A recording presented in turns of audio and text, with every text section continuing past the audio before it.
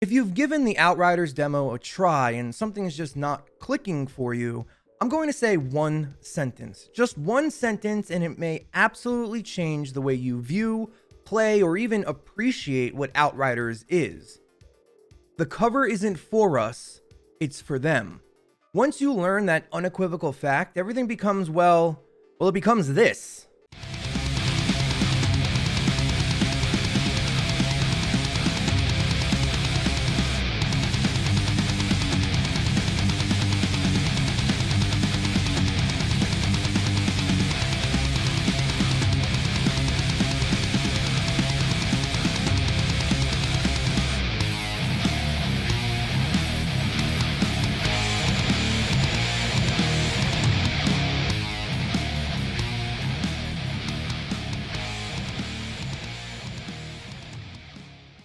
I haven't seen a game release a demo in a very, very long time. I'm old. I also have a hard time thinking back to a game that has had such a mixed reception on some sort of launch, even though that launch is just a demo. For every social media thread, whether it be on Twitter, YouTube, Reddit, Instagram, or fucking Tinder, bashing the game, literally the next one is praising it. And that's the story of this demo in a nutshell. It does a lot of things wrong, but oh so many things right.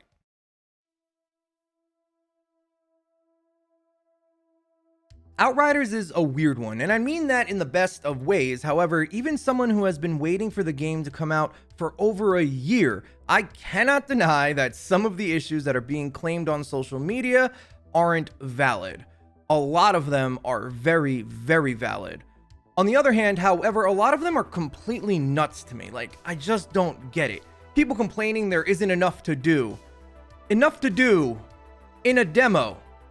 In a demo that is free, there isn't enough to do. We're level 7. But of course, disregarding things like that, there are definitely some that stand out. Some issues that I would like to address before we get into the nitty-gritty of the good and the bad. First, the bad. I will be the first person to admit there's definitely a lot to be desired in certain aspects of the game. I was actually thankful when the game got delayed after playing the Xbox Alpha Insider test, because even though I'm a huge fan so far, the game was even more janky 6 months ago when I got to play it, believe it or not. A lot of the core concepts of the game are here, they just need polish, and in some cases, a lot of damn polish. So let's talk about one that's really, really popular on social media right now, and that is the cover system.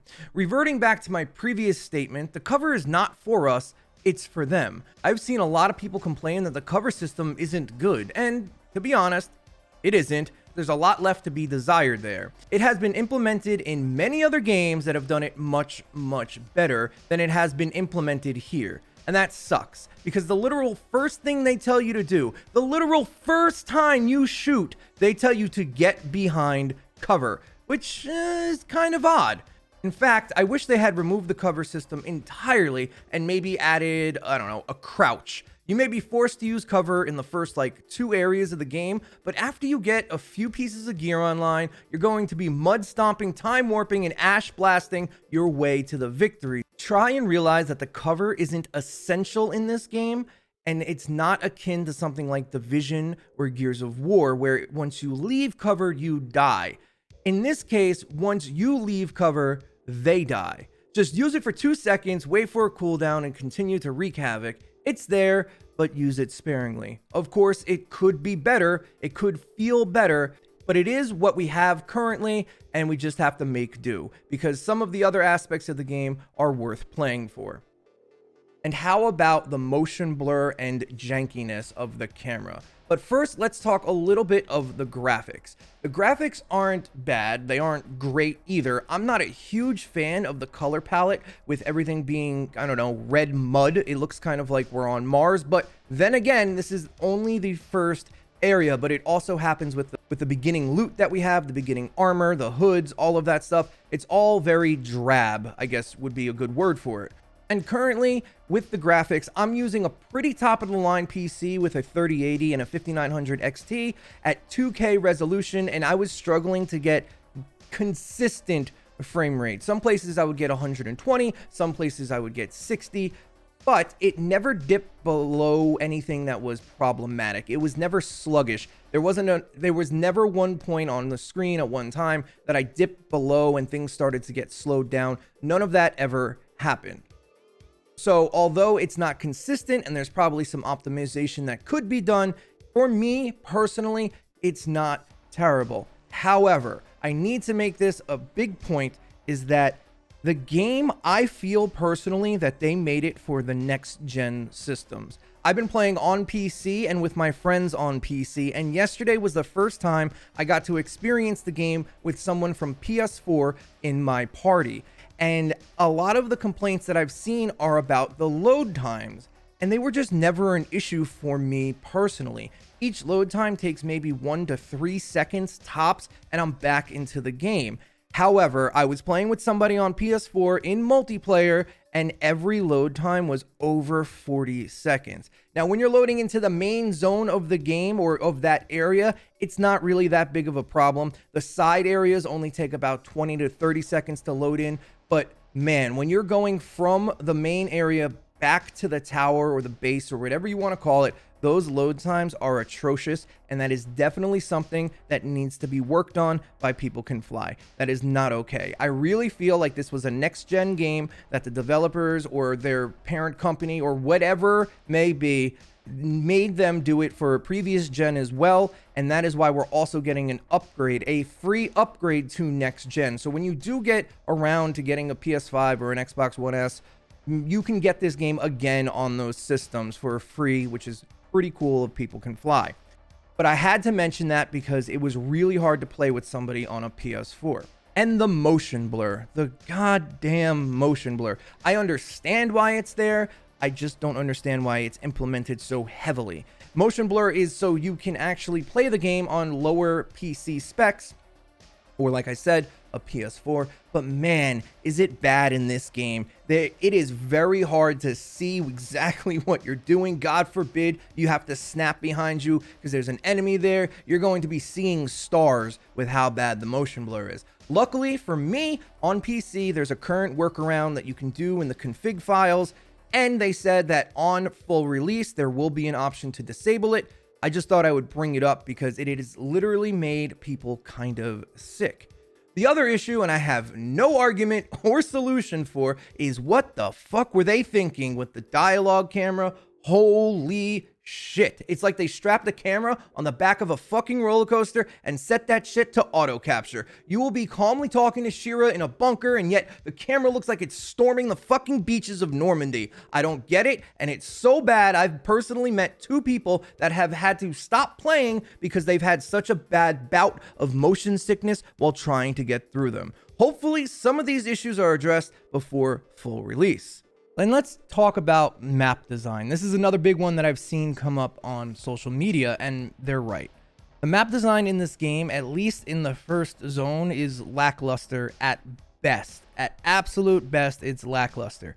It almost feels like a rail shooter where you always have to go forward, and you can never really explore anything on the side of the map, or to the left, or to the right, or find a little alcove with an extra chest. Yeah, small ones do exist here and there, but there's nothing really left to explore. You go in, you kill enemies, and you leave, or you go to the next zone. However, the only thing I can really think of is that Outriders isn't trying to be Destiny. It isn't trying to be Division. It's trying to be more of Path of Exile, where you go in, load the enemies into a zone, kill them all, loot what's left, and then move on to the next zone. I think that's what they were going for, and less open world, find every nook and cranny kind of thing. You go in, you kill the enemies, and then you leave. And I can say that later on in the levels and the map design, it does get slightly better, where it does open up and things do happen that aren't just directly in front of you. And then expeditions are a completely different thing, but I have to agree that the map design is something left to be desired. I really wish you could explore the world of Enoch a little bit more. And of course, if we're talking about the negatives, we have to talk about the dialogue. This is going to be the last one that I really point out because I'm trying to just get a general idea of what people and I personally experience. People Can Fly are known for campy B-movie type dialogue. Go play Bulletstorm for an hour and you'll see what I mean. It's what they set out to do though. They weren't trying to win any fucking awards in the writing department. Most likely the entire game is going to have this kind of dialogue and this kind of pacing within the cutscenes. So don't expect anything more than this, or go in knowing this and you will be fine. Personally, it doesn't bother me. It's just something that I thought I should bring up. Now, I know I just rattled off a bunch of negative things about Outriders, which would lead you to believe that this isn't a great game. However, I just wanted to hit on the main points of the issues I've seen cropping up on social media or on Twitter or wherever. Of course, there are more things or personal preferences that people like or dislike. I just wanted to talk about a few that I have personally had issues with. A lot of these are very valid points. I'm not bashing anyone for having these opinions, but Outriders does something that I haven't seen in a long time, and that's make you feel like a god. Even Godfall didn't make me feel like a god, and they make you feel like a god at level 7. So first things first, let's talk about the abilities. What makes this game different than many others in the same genre is abilities. Abilities that actually feel powerful and not on a 3-minute cooldown. I'm looking at you, the turret from Division 2. So many times have I used one ability, missed because the enemy rolled away, and I had to wait in some instances over a minute for the ability to come off cooldown again. Here, not so much. The abilities are mostly fast and frantic in the way that they work, and most, but not all of them, flow with the combat pretty damn well. Whether you're setting the world ablaze with the pyromancer, slicing enemies in half, they turn into a blood mist, or freezing them with your cryo turrets and blowing them to hell and back with your pain launcher, everything just feels good. It's awesome to see you use an ability on a gigantic group of enemies that watch them all turn to ash. It was at this literal moment when the gameplay really clicked for me. You are not some run-of-the-mill soldier trying to hold on to the fate of humanity at all costs. You're actually a goddamn Super Saiyan ready to wreak chaos throughout the land and ready to claim the throne that is rightfully mine, whether it be through burning, slicing, dicing, and slap chopping. This game does abilities right, and most importantly, they are fun. The Devastator, the giant hulking rock-based class, at the start, he only has one ability. Just one, like all of them, and if I'm being honest, it felt quite meh. It's only when you start unlocking all of his abilities does the game's flow of combat start to click. I can jump into the air using gravity leap and instantly transport to the other side of the map, turning anything I hit into blood and gravel. If there was a captain charging an ability next to me that will cause me some issues, I can use my earthquake to interrupt him out of that. And then I can use the reflect bullet ability to soak up a bunch of damage and one-shot any piss poor grunt who might actually still be alive. If nothing else, PCF nailed these abilities, and they are fun as hell to use. Now let's talk about the story. Not the dialogue per se, but just the fact that there is a story. It might be kind of shitty and ham-fisted, but there is a story, and it's on the foremost of the game's design. This isn't some afterthought like, hey, we should add a story here. This game was crafted around an idea and a story. There are people in this world, things to do, solve certain issues, a ton of dialogue, tons, and come on, too much dialogue.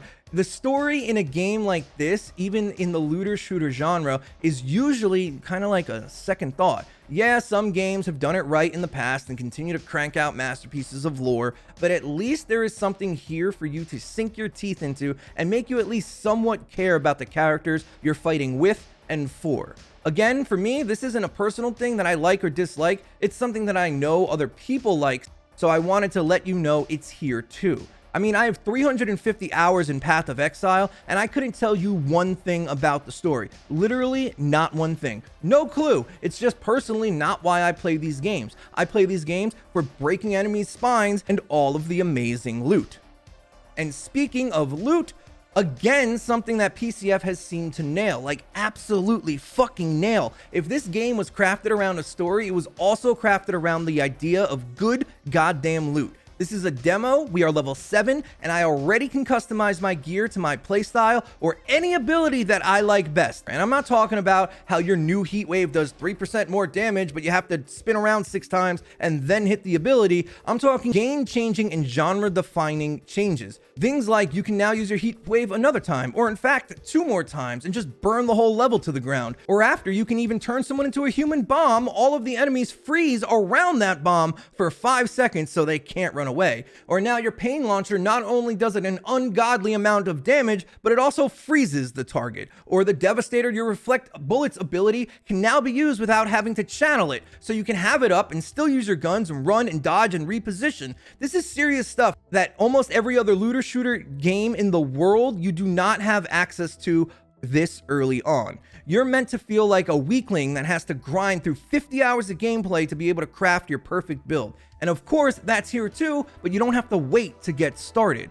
The weapons are perfectly fine to me. The only thing I really wish they implemented was more of a different feel between all of the weapons. They feel good, they just don't feel different. The LMG, the double gun, and the AR, to me, feel almost exactly the same. I wouldn't be able to tell you without looking at my picture what gun I'm using just based off of its feel. It's hard to explain, but if you spent any time with the game, you'll understand what I'm trying to say. Lastly, not only does your armor get mods to enhance certain skills, but your weapons also have mod slots that you can fine-tune your build with as well. For example, the Pyromancer has a giant AoE ability that consumes the status effect of burn, and if that target has burn, that ability does a ton of damage. However, the only way to get that effect, burn, is to use one of your previous abilities that inflict that. Following me? However, guns can come with burn as well, so now you can chain your abilities together even more efficiently using your bullets to apply the status effect and then blowing them up with the heat wave ability. I think it's called heat wave. Forgot exactly what it's called. These are only the tier 1 mods at the moment, and I'm sure they're going to get crazier and crazier as we go. I think they said there was over, 500, 800 mods in the game? That just baffles me. It's going to be good. I think it's going to be pretty good. Listen, every single game that has multiplayer is better with friends. I've heard that argument for the last 10 years. Yeah, Fallout 76 was bad, but if you play with friends, it's okay. Every single game is better with friends. Well, every single multiplayer game is better with friends. However, not all games were made with co-op being at the forefront of development. Here, Outriders does something special. With a 3-man party, things get kind of crazy. You can combo off your teammates' abilities and really start demolishing enemies. It gets to the point where your guns are a major afterthought, and the abilities you and your teammates have is what's really pushing you through the engagement. Listen, Outriders is doing a lot of things right, and in my personal opinion, they are doing the most things correct where it counts. The loot, the armor, the crafting, the skills. All of these are spot on, and the entire gameplay loop of kill enemies to get better gear to kill harder enemies seems to be very, very well done. I know Outriders won't be for everyone with its hammy dialogue, shaky found footage camera, and the lack of polish in many areas, but for me, I'm all in. I cannot wait to rip and tear through Outriders on April 1st. I'll see you on Enoch. TikTak out. Hey guys, TikTak here, and if you made it to this part in the video, seriously, thank you. I spent a lot of time on this video and a lot of work, and I hope you guys appreciate it, and I hope you guys enjoyed it. Let me know what you guys think about Outriders down below. I would love to hear your thoughts. If you guys want to check me out on Twitch, I stream 4 days a week over at twitch.tv/roundedtiktak. We'd love to have you stop by and say what's up. Lastly, if you're new to the channel, I'm going to be covering gear, gameplay, and guides of Outriders for the very long future, so maybe think about giving it a thumbs up and maybe subscribing. Thank you guys so much for watching. I will see you on the next one. TikTak out.